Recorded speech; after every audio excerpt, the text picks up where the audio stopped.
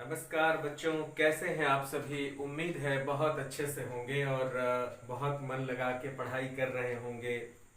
अर्धवार्षिक परीक्षा बहुत नज़दीक है और उसको देखते हुए आपकी तैयारियां चल रही होंगी। अ, पिछले पिछली कक्षा में पिछली 4 कक्षाओं में मैंने आपको लगातार रस के बारे में बताया है और ख़ास तौर पर जो आज से ठीक पहले की जो कक्षा है उसमें मैंने आपको 4 रसों का बहुत गहराई से परिचय दिया। उसका आपको यहाँ पर उदाहरण लिख करके बताया। फिर उस उदाहरण को हमने रस के अंगों की कसौटियों पर कसा और ये समझने की कोशिश की कि हर उदाहरण में आलंबन क्या है, उद्दीपन क्या है, अर्थात विभाव क्या है। विभाव, आलंबन और उद्दीपन हमने समझने की कोशिश की। फिर हमने ये देखा कि आलंबन के जो 2 भेद होते हैं, आश्रय और विषय, उसे समझने की कोशिश की। फिर हमने ये देखा कि उसी उदाहरण में अनुभाव क्या होता है, उसे हमने समझने की कोशिश की। फिर उसी उदाहरण में हमने उद्दीपन भी देखा। तो इस तरह से हमने रस को विभिन्न कसौटियों पर कसा और लगभग हर उदाहरणों से महत्वपूर्ण बातों को खोज निकाला। तो पिछली कक्षा में हमने संयोग श्रृंगार को बहुत उदाहरण सहित विश्लेषण के साथ पढ़ा, वियोग श्रृंगार को भी पढ़ा। फिर हमने वीर रस को पढ़ा, रौद्र रस को पढ़ा और अद्भुत रस को पढ़ा। वीर रस में हमने उदाहरण लिया था कि राणा प्रताप के घोड़े से पड़ गया हवा का पाला था, है ना। रणबीर चौकड़ी भर भर कर चेतक बन गया निराला था। आप चाहें तो वहां पर सिंहासन हिल उठे राजवंशों ने भृगुटी तानी थी, बूढ़े भारत में भी आई फिर से नई जवानी थी, है ना। चमक उठी सन 57 में वह तलवार पुरानी थी, बूंदे ले हर बोलों के मुंह हमने सुनी कहानी थी, खूब लड़ी मर्दानी वह तो झांसी वाली रानी थी। ये उदाहरण भी आप, बहुत ही जबरदस्त उदाहरण है वीर रस का, इसका भी आप प्रयोग कर सकते हैं, ठीक है। फिर वीर रस के बाद 4 विशेष रसों पर मैंने बातचीत करने की कोशिश की जिनकी प्रवृत्ति लगभग एक जैसी दिखाई देती है। वीर रस पे हमने बात की। उसके बाद मैं आपको रौद्र रस बताया।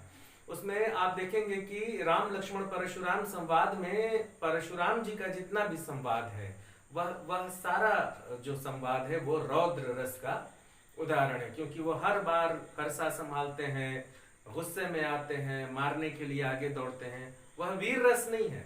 वीरता तो बाद में शुरू होती है, जब आदमी वीरता के करतब दिखाता है ना, जब वो युद्ध भूमि में, समर में अपनी वीरता को प्रदर्शित करता है। लेकिन सिर्फ क्रोध में आना, आवेश में आना, ये रौद्र रूप है, ठीक है। उसे भी हमने समझने की कोशिश की। रे नृप बालक कालवश बोलत तो ही न संहार, है ना। धनु ही सम त्रिपुरारि धनु विदित सकल संसार, ये उदाहरण हमने वहां पे लिया था। इसके बाद हमने अद्भुत रस देखा था, आश्चर्य जिसका स्थायी भाव है कि कनक भूधराकार शरीरा समर भयंकर अति बलबीरा। हनुमान जी ने अपना एक विकराल रूप सीता माता के समक्ष प्रस्तुत किया था और वो उदाहरण हमने लिया था। देखिए बच्चों, बार बार मैं इसे बार बार क्यों दोहरा रहा हूं। आप सोचते होंगे कि सर एक बार को कितनी बार बताते हैं। इसलिए कि बार बार बताता हूं ताकि सिर्फ सुन करके ही आपको चीजें याद हो जाए, है ना। आप मुझे दोष मत दीजिएगा कि सर आप एक बार को पिछली कक्षा में भी बताए, अभी भी बता रहे हैं। वो सिर्फ इसलिए बता रहा हूं, ये हमारा नैतिक दायित्व है, शिक्षकों का नैतिक दायित्व है कि वो पिछली बताई हुई बात को फिर से आपकी स्मृति में दोबारा जागृत कर दें और उससे जोड़ते हुए आगे बढ़ें। इसलिए शुरू का जो 5 मिनट है उसमें हम पुनरावृत्ति करते हैं, ठीक है। तो हमने जहां पे आपको छोड़ा था, हमको आज शुरू करना था भयानक रस। उन 4 रसों में जो अंतिम एक ही प्रवृत्ति का जो रस है वह है भयानक। इसलिए चलिए अब हम शुरू करते हैं आज की कक्षा में भयानक रस।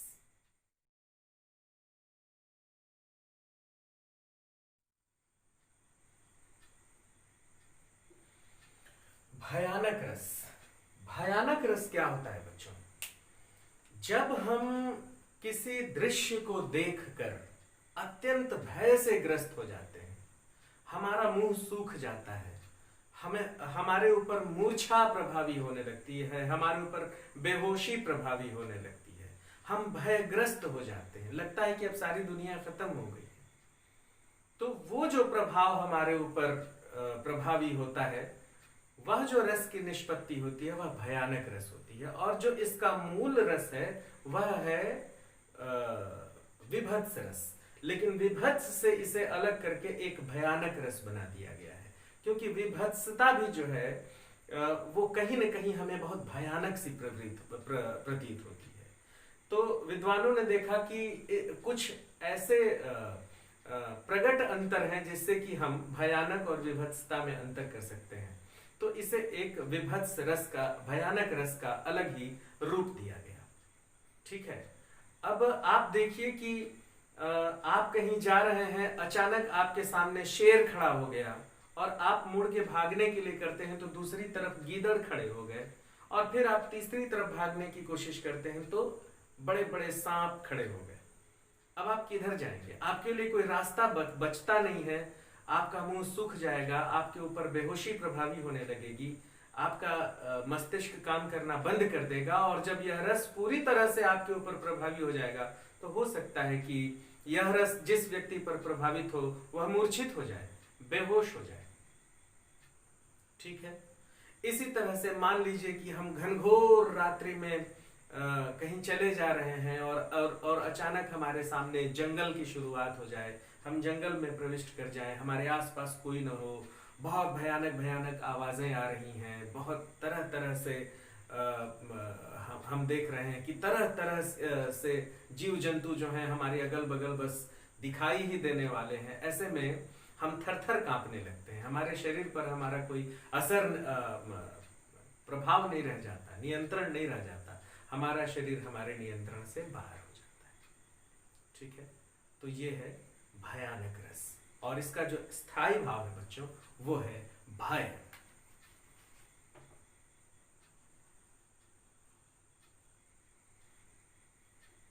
भय इसका स्थायी भाव है। अब आइए इसके कुछ उदाहरणों पर हम बातचीत करते हैं। देखिए, आप कक्षा 9 में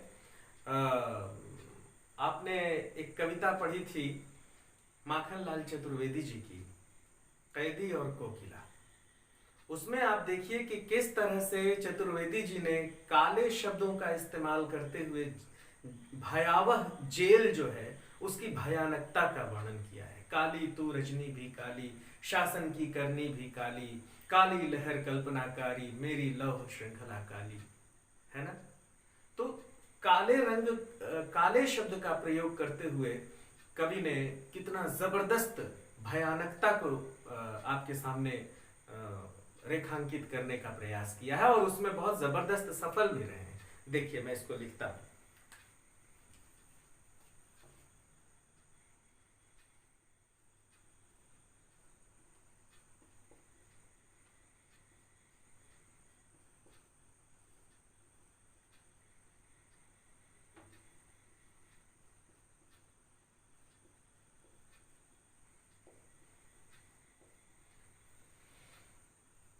देखिए बच्चों, ये एक बहुत ही जबरदस्त उदाहरण है भयानक रस का।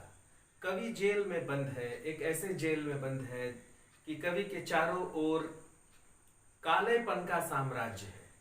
कालेपन के साम्राज्य में कवि अपने आप को देख रहा है और बहुत भय से ग्रस्त है। वो कह रहा है कि टोपी काली, कमली काली, मेरी काल कोठरी काली। मेरी टोपी भी काली है, मेरा कंबल भी काला है, मेरी ये काल कोठरी भी काली है। काली लहर कल्पना काली, मेरे चारों ओर काली लहरें हैं, मेरी कल्पनाएं भी, मैं इतना डर गया हूँ, मैं इतने सदमे में हूँ कि जो मेरी कल्पनाएं हैं वो भी बहुत भयानकता से भरी हुई हैं। काली काली कल्पनाएं हैं, तिस पर है गाली आली, और इसके बाद भी हमें रोज गालियां मिलती रहती हैं। ये इस जेल की परिस्थितियां अत्यंत भयानक है। अब आइए हम इसमें अलग अलग व्याकरण की कसौटी पर इसे कसते हैं। जो इसमें जो सबसे महत्वपूर्ण बात है वो है विभाव। तो विभाव दो है, आलंबन और उद्दीपन। तो आलंबन आपको क्या दिखाई देता है? आलंबन, आलंबन मतलब जिससे रस उत्पन्न हो। किन चीजों से रस उत्पन्न हो रहा है? जेल की काल कोठरी की भयानकता, उससे रस उत्पन्न हो रहा है ना? जेल की काल कोठरी, इससे सभी चीजों से रस उत्पन्न हो रहा है। टोपी काली, कमली काली, मेरी काल कोठरी काली, ये सारी चीजें जो है वो रस को उत्पन्न कर रही हैं। उद्दीपन, रस किससे बढ़ रहा है? रस को कौन बढ़ा रहा है?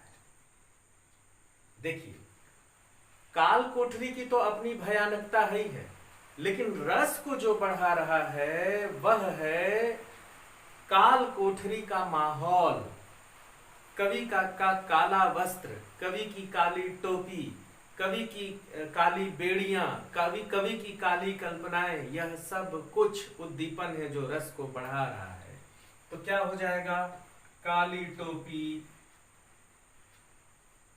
काली टोपी, कवि ने काला कंबल लिया हुआ है, काला कंबल, यह सब कुछ रस को बढ़ा रहा है बच्चों। दो दो ही लीजिए। उसके बाद आलंबन, किसके ऊपर रस प्रभावी हो रहा है? आश्रय, आश्रय कौन है? कवि है, कवि के ऊपर भयानक रस प्रभावी हो रहा है। जो कवि जेल में बंद है उसके ऊपर भयानक रस प्रभावी हो रहा है। विषय, विषय क्या है? विषय मतलब वो सारी परिस्थितियां जिसके कारण रस उत्पन्न हो रहा है। तो वही काल कोठरी की परिस्थितियां, आप सीधे लिख दीजिए काल कोठरी और उसकी परिस्थितियां, परिस्थिति, इस तरह से। तो आलंबन, उद्दीपन, आश्रय और विषय। अब जो महत्वपूर्ण बात है, एक व्याकरणिक कोटि है, वह है अनुभाव।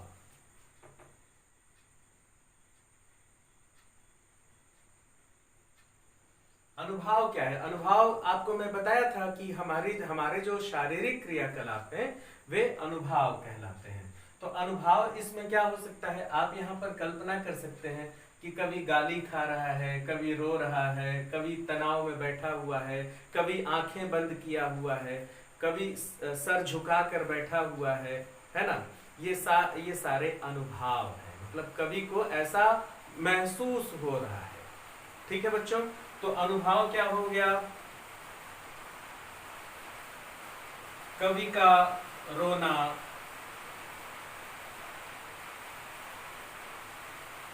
सर झुकाना, आंखें बंद करना,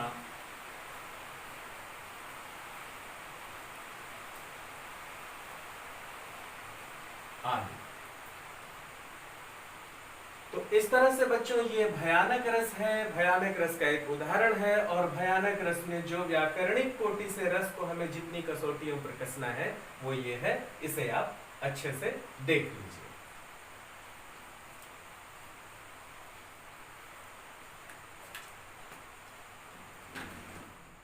तो बच्चों इस तरह से हमने भयानक रस को समझा और भयानक रस को जानने की कोशिश की। अब इसी से जुड़ा हुआ एक और रस है जो अपनी प्रकृति में भयानक रस से बहुत अलग नहीं है, वह भी मनुष्य को बहुत त्रासदी में डालता है। बल्कि ये कहें कि विद्वानों ने ये कहा भी है कि भयानक रस और जिस रस के बारे में अब मैं बात करने वाला हूँ वह विभत्स रस, ये दोनों ही रस प्रवृत्ति में लगभग बहुत समानता रखते हैं। ठीक है? हालांकि मूल रस विद्वानों ने विभत्स रस को ही दिया है और इसे उसका आश्रित रस बताया है, लेकिन बाद में इसे एक स्वतंत्र रस के रूप में मान्यता दे दी गई। तो अब मैं इसे मिटाता हूं और आप चलिए अब हम लोग बातचीत करते हैं विभत्स रस के बारे में।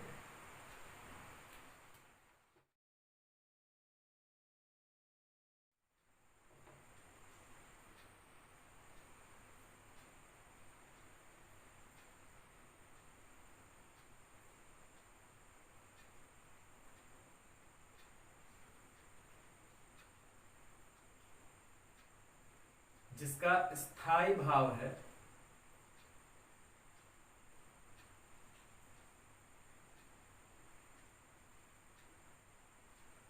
जो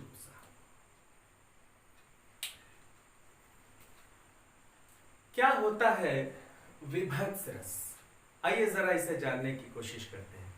विभत्स का जो स्थायी भाव है बच्चों, वो है जुगुप्सा। वो जुगुप्सा मतलब मन को घृणा से भर देने वाला दृश्य। जब हमारे ऊपर ऐसा रस प्रभावी हो जाता है कि हमारा मन घृणा से भर जाता है, घिन आने लगती है किसी वस्तु को देखकर, किसी दृश्य को देखकर, परिस्थिति को देखकर, तो उसे हम विभत्स रस कहते हैं।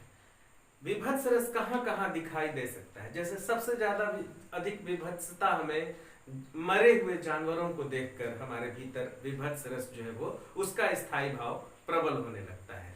उसके संचारी भाव जो है रस को उठाने और जगाने लगते हैं। ठीक है, जैसे मान लीजिए कि कोई एक जानवर है जो सड़क के किनारे मरा हुआ है, 2 दिनों का हो गया है, उसका शरीर फूल गया है, उस पर मक्खियां भिन भिना रही हैं, और जब आप बगल से साइकिल से गुजरते हैं तो पूरे वातावरण में एक अजीब सी सड़ांध फैली हुई है और आपका जी मिचला जाता है, और आप अगर आपका मन बहुत मजबूत नहीं है और आप दृढ़ नहीं है तो थोड़ी ही देर में आप उल्टियां करने लगते हैं। ये एक दृश्य हुआ। फिर अक्सर आप देखते हैं कि जब आप बड़े शहरों में आप प्रवेश करते हैं तो आप देखते हैं कि रेलवे ट्रैक के किनारे मरे हुए जानवर पड़े हुए हैं, लोगों ने शौच किया हुआ है, बहुत ही खतरनाक और सड़े गले मलबे दिखाई देते हैं, जमा हुआ पानी दिखाई देता है जिसमें तमाम चीजें सड़ रही हैं, बदबू पूरे वातावरण में फैला हुआ होता है। हम नाहक ही अपना हाथ जो है अपने नाक पे रख लेते हैं और उधर देखना पसंद नहीं करते। उस समय जो रस हमारे ऊपर प्रभावी होता है वह है विभत्स रस। विभत्स मतलब बहुत ही विचलित कर देने वाला दृश्य, जिसे हम देखकर बहुत भीतर तक विचलित हो जाते हैं। ठीक है, तो यह रस जो है वो विभत्स रस, और इसका स्थायी भाव है जुगुप्सा। मैं एक उदाहरण यहां पर लिखता हूं, आप देखिए।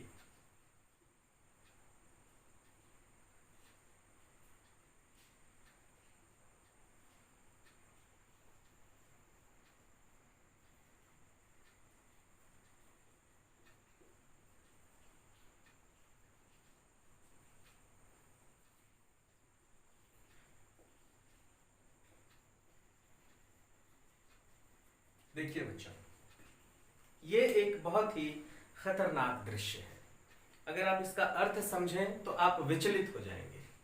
कहा जा रहा है, सिर पर बैठत काग आंख दो खात निकारत, खींचत जीभ हिंस्यार अति आनंद उर्धारत।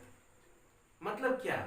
एक जानवर मरा हुआ है, या कोई मान लीजिए कि कोई जीव मरा हुआ है, मनुष्य भी हो सकता है, जंगल का दृश्य है। सिर पर बैठत काग, उस मरे हुए जानवर के सिर पर कौवे बैठे हुए हैं, और कौवे क्या कर रहे हैं? आंख दो खात निकारत, उस जीव की आंख को निकाल निकाल कर, खोद खोद कर खा रहे हैं। उन्हें बहुत आनंद आ रहा है उसमें। और खींचत जीभ हिंस्यार, और उसका जो जीभ है उसको सियार जो है खींच खींच के निकाल रहे हैं। उस मरे हुए जीव के जीभ को सियार खींच रहे हैं। अति आनंद उर्धारत, और उसके भी हृदय में अत्यंत आनंद आ रहा है। ठीक है, अब आपने इन 2 पंक्तियों को सुना, आपको कैसा लग रहा है? मुझे लग रहा है कि आप ये कहना चाहते होंगे कि सर अब रहने दीजिए, बस करिए, अब इसमें और ज्यादा मत बताइए, बहुत घिन आ रहा है। तो वो क्या है? वही रस है ना। थोड़ी देर बाद हो सकता है कि आप इतने विचलित हो जाएं कि आप कहें कि थोड़ी देर तक मैं अब कुछ खाऊंगा वाऊंगा नहीं, अच्छा नहीं लग रहा है। ठीक है, तो इस तरह से जो विभत्स रस है वो हमें ऐसे दृश्यों की याद दिला देता है, या यह रस हमारे ऊपर तब प्रभावी होता है जब इस तरह के कुछ दृश्य हम देख लेते हैं। अब आइए हम व्याकरणिक कोटि से इन 2 पंक्तियों की बात करते हैं कि इसमें क्या आलंबन है, क्या उद्दीपन है। देखिए, आलंबन। जब मैं आलंबन और उद्दीपन की बात करता हूं बच्चों, तो आप इतना समझिए कि मैं विभाव की बात कर रहा हूं। ये दोनों जो है विभाव के अंग हैं, विभाव, भूलिएगा मत। ठीक है, आलंबन, जिसके कारण रस उत्पन्न हो रहा है। किसके कारण रस उत्पन्न हो रहा है? मरे हुए जीव की दुर्दशा के कारण। मरे हुए जीव की दुर्दशा के कारण रस उत्पन्न हो रहा है। अब आप बता सकते हैं कि मरे हुए जीव के कारण, कौवे खोद रहे हैं, सियार जीव खा रहा है, इसके कारण रस उत्पन्न हो रहा है। उद्दीपन, कौन से दृश्य रस को बढ़ा रहे हैं? कौवे का आंख खोदना, सियार का जीभ निकालना, कौवे का आंख खाना, सियार का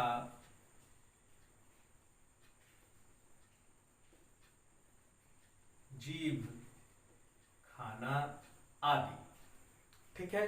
अब आश्रय और विषय देखिए। आलंबन के जो दो भाग हैं, आश्रय क्या है, विषय क्या है, किसके ऊपर रस प्रभावी हो रहा है। अब यहां पर आप सोचेंगे कि अरे रस किसके ऊपर प्रभावी हो रहा है? जाहिर सी बात है, जो उस दृश्य को देख रहा है उसके ऊपर रस प्रभावी हो रहा है। मान लीजिए कि अगर आप इस दृश्य को देख रहे हैं तो आश्रय जो है आप होंगे। जो भी उस दृश्य को देख रहा है उसके ऊपर रस प्रभावी हो रहा है, तो आप कहेंगे कि उस दृश्य को, उस विभत्स दृश्य को देखने वाला व्यक्ति आश्रय है ना।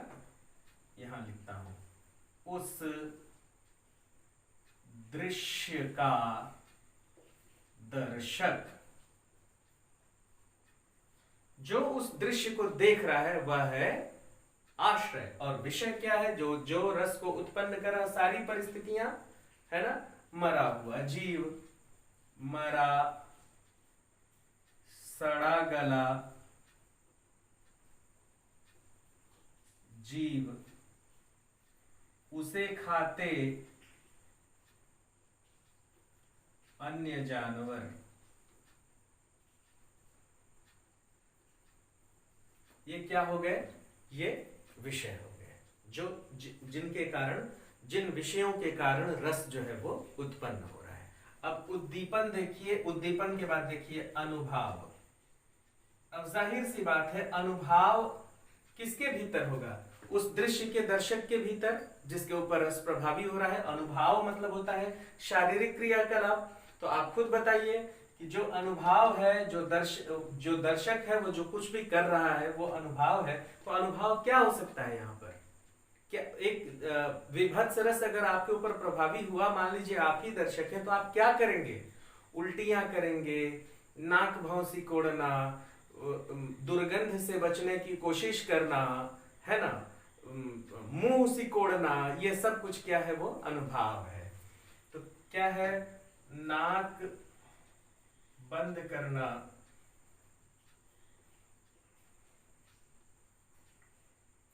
उल्टियां करना,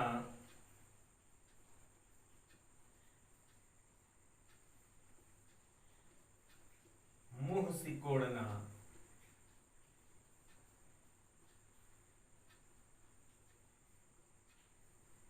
आदि। तो इस तरह बच्चों ये विभत्स रस है। विभत्स रस जिसका स्थायी भाव है जुगुप्सा। एक बार आप इसे फिर से अच्छे से देख लीजिए।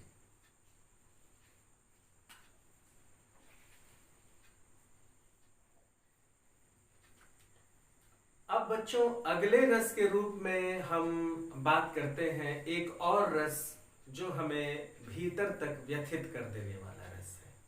आप कहेंगे कि सर आज खाली मन को दुखी करने वाले रस के बारे में ही बात कर रहे हैं। जी हाँ, कुछ जो ये 11 रसों की जो व्यवस्था है, इसमें लगभग आधे रस ऐसे हैं जो मन को व्यथित ही करते हैं। जैसे वीर है, हालांकि वीर को हम मन को व्यथित करने वाला रस नहीं कह सकते, लेकिन कहीं ना कहीं वीरता से हमें कहीं ना कहीं नुकसान तो है ही है। हमें अगर वीरता हम रणभूमि में दिखा रहे हैं और शारीरिक क्षति होती है तो उससे करुण रस पैदा हो जाता है ना। यदि हम रौद्र रस दिखा रहे हैं, उस रौद्र रूप का कोई शिकार बन गया तो करुण रस पैदा होगा। अपनों का विछोह, है ना। मान लीजिए भयानक रस है, उससे भी हमें भय लगेगा। जुगुप्सा है, जिससे हमने अभी पढ़ा विभत्स, उससे भी हमारा मन व्यथित होगा। अगला जो रस है वो थोड़ा अलग है, लेकिन मन को दुख देता है, और वह रस है करुण रस। करुण रस जिसका स्थायी भाव है शोक। तो चलिए अब हम लोग बात करते हैं करुण रस के बारे में।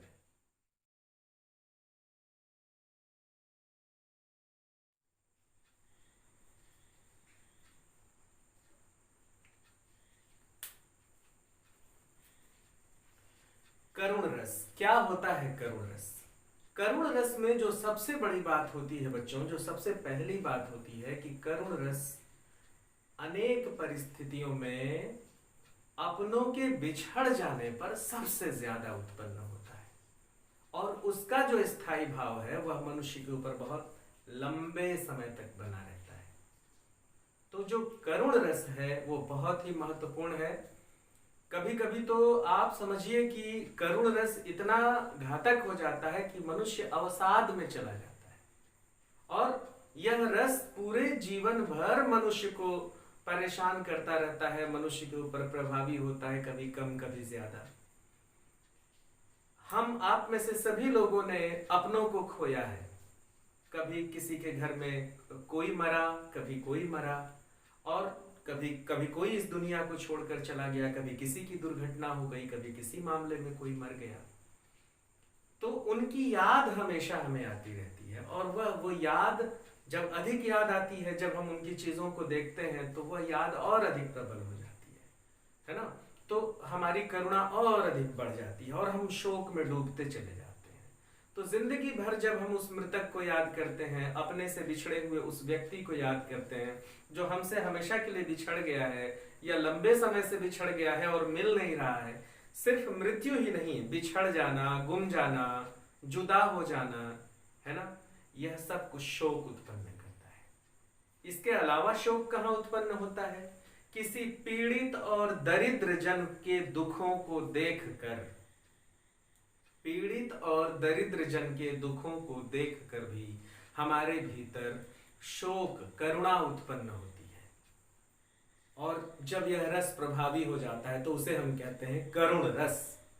और जब इसका स्थायी भाव हमारे ऊपर प्रभावी हो जाता है तो उसे हम कहते हैं शोक। ठीक है, चलिए मैं इसका एक उदाहरण यहां लिखता हूं, और उसके बाद फिर हम इस पर आगे की बात करते हैं।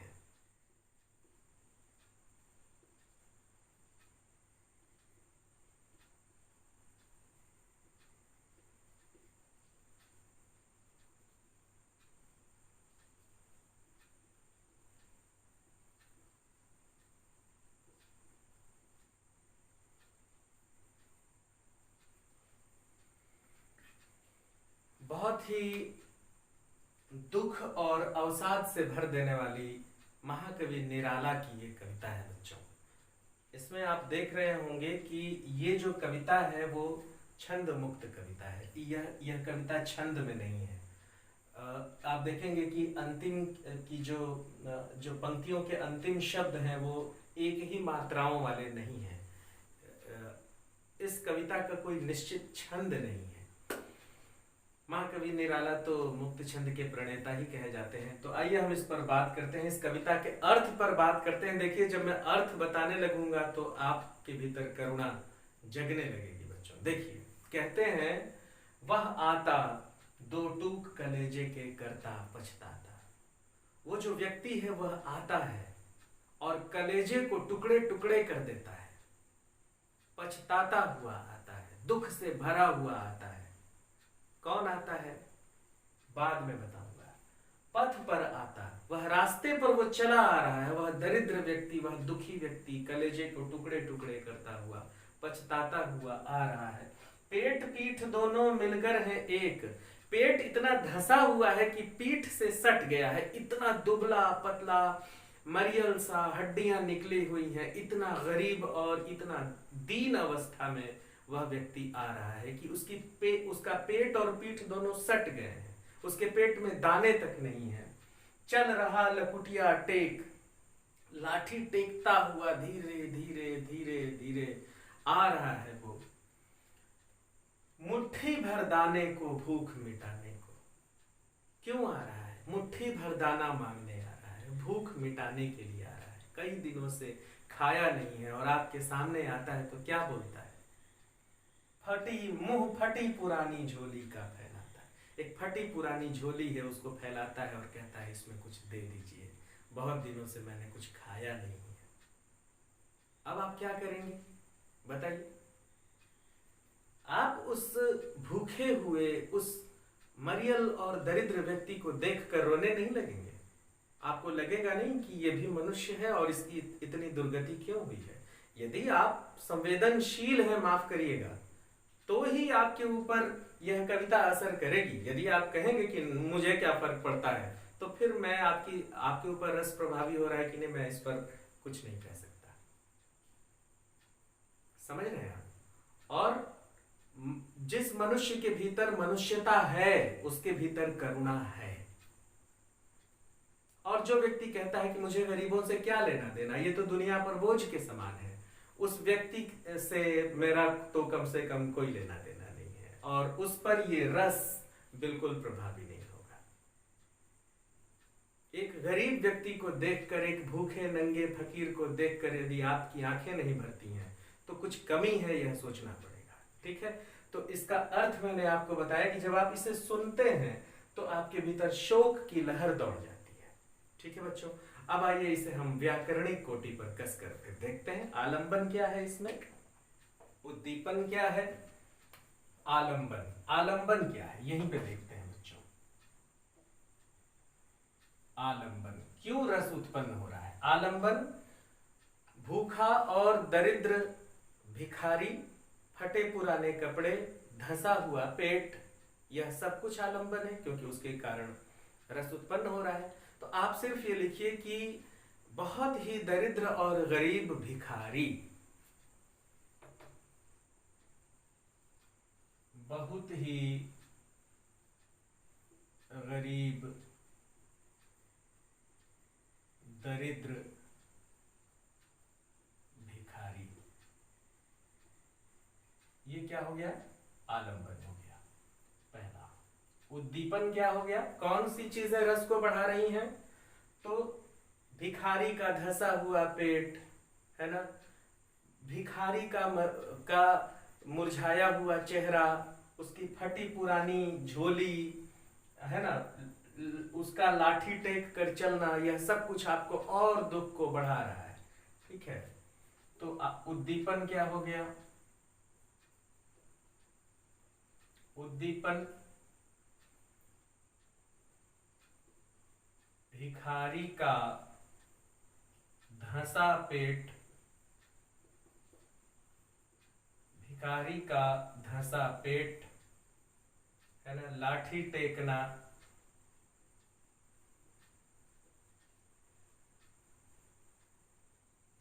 और क्या?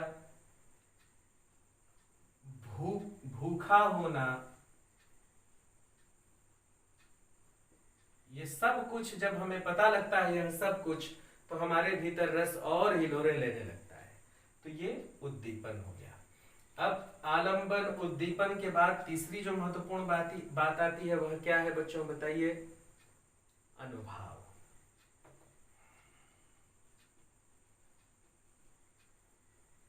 तो अनुभाव किसके भीतर उत्पन्न होता है? आश्रय के भीतर। रस किसके ऊपर प्रभावी हो रहा है? निश्चित रूप से हम उस गरीब और दरिद्र को देख रहे हैं, इसलिए रस हमारे ऊपर प्रभावी हो रहा है। तो आश्रय कौन है? दर्शक। आश्रय हम हैं, हमारे भीतर रस प्रभावी हो रहा है। तो अनुभाव क्या है? अगर हम रोने लगते हैं तो हमारा रोना, आंखों से आंसू आना, गले का भर जाना,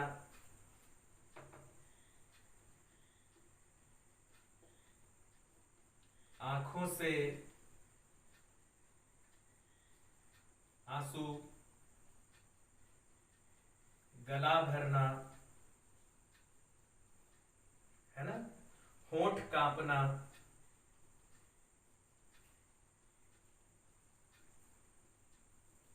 आदि, ये अनुभव हो गया। आलंबन, उद्दीपन, अनुभाव, आश्रय। इन परिस्थितियों में हमने इस रस को देखा। अब आप इसे एक बार अच्छे से देख लीजिए बच्चों, मैं हटता हूं।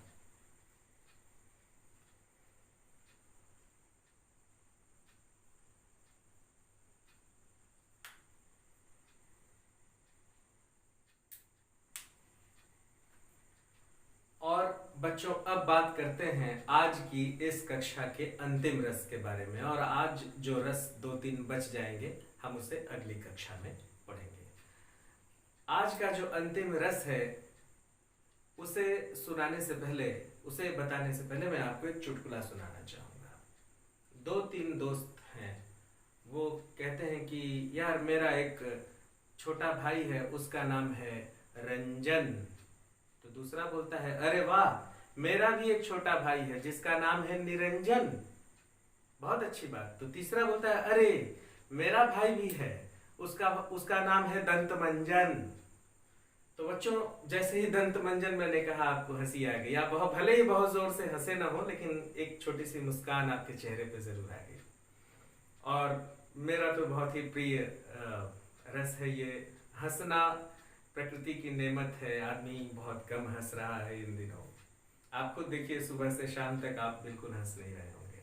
और ये जो महामारी का समय है, लोगों के भीतर तनाव है, लोग हंसना बंद कर दिए हैं। कॉमेडी फिल्में देखिए, चार्ली चैपलिन को देखिए। हालांकि चार्ली चैपलिन की कॉमेडी में शोक भी है, वो ऊपर से हंसता हुआ चरित्र जो है भीतर से बहुत दुखी और शोक में डूबा हुआ दिखाई देता है। लेकिन अगर हम एक हल्के फुल्के ढंग से देखें तो हम हंसेंगे, ठीक है। तो जाहिर सी बात है कि मैं हास्य रस की बात कर रहा हूं।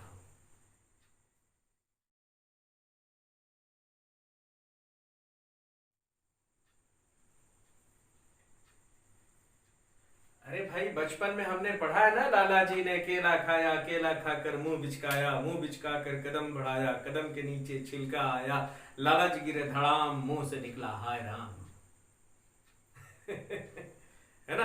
तो ये तो हास्य रस का बहुत जबरदस्त उदाहरण है ना। इसे ही लिख लेते हैं हम यहाँ पर, है ना। मोटू सेठ सड़क पर लेट, गाड़ी आई फट गया पेट। हम लोग कितने सारे जुमले याद करते थे। याद है आपको, जब हम बहुत छोटे थे, राम जी की चिरई, वो है ना, हम लोग माता का अंचल हमने पढ़ा है, उसमें बच्चे जो है बात बात पर हास्य रस की कविताएं और हास्य रस में डूबी हुई पंक्तियां बोलते हैं, है ना। कि रहरी में रहरी पुरान रहरी, डोलक कनिया हमार मेहरी। मैं आपको समझाया था ना। चलिए मैं एक उदाहरण लिखता हूँ यहाँ पे, वही जो हम बचपन में अक्सर, जो मैंने भी आपको यूं ही प्रसंगवश कह दिया। लाला जी ने केला खाया,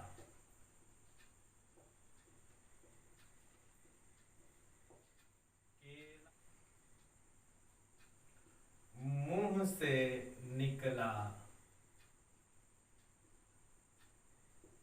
हाय राम।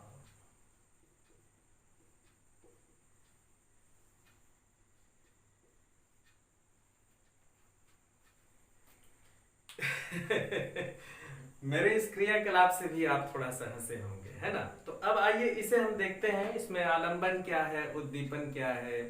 आलंबन क्या है, किन परिस्थितियों को देखकर रस उत्पन्न हो रहा है। तो अब जाहिर सी बात है, लाला जी का केला खाना, मुंह बिचकाना, कदम बढ़ाना, धड़ाम से गिरना, यह सब कुछ आलंबन है।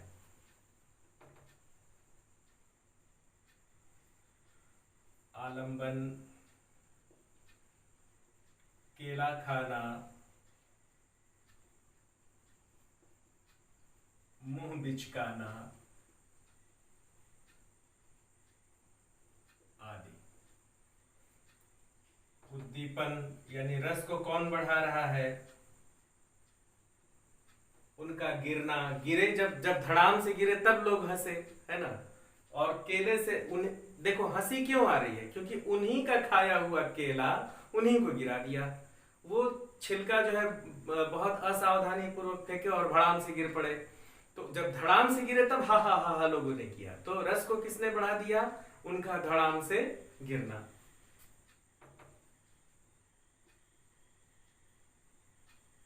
शान से गिरना इत्यादि। अब आलंबन और उद्दीपन के बाद यहाँ पर आप आश्रय देख लीजिए। आश्रय किसके ऊपर रस प्रभावी हो रहा है? जो लाला जी को गिरते हुए जो लोग देख रहे हैं, तो गिरते हुए देखने वाले दर्शक, गिरते हुए देखने वाले, और विषय संपूर्ण दृश्य।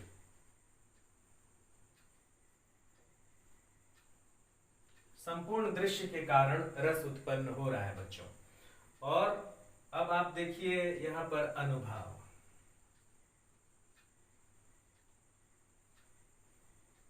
अनुभाव हंसना है ना, हंसते हंसते मुंह का लाल हो जाना, हाथ पैर चलाना,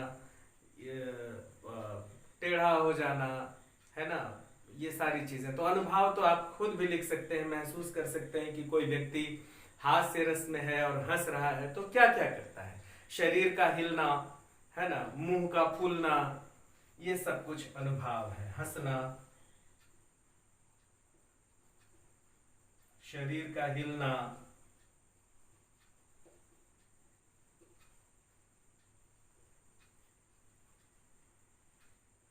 आदि।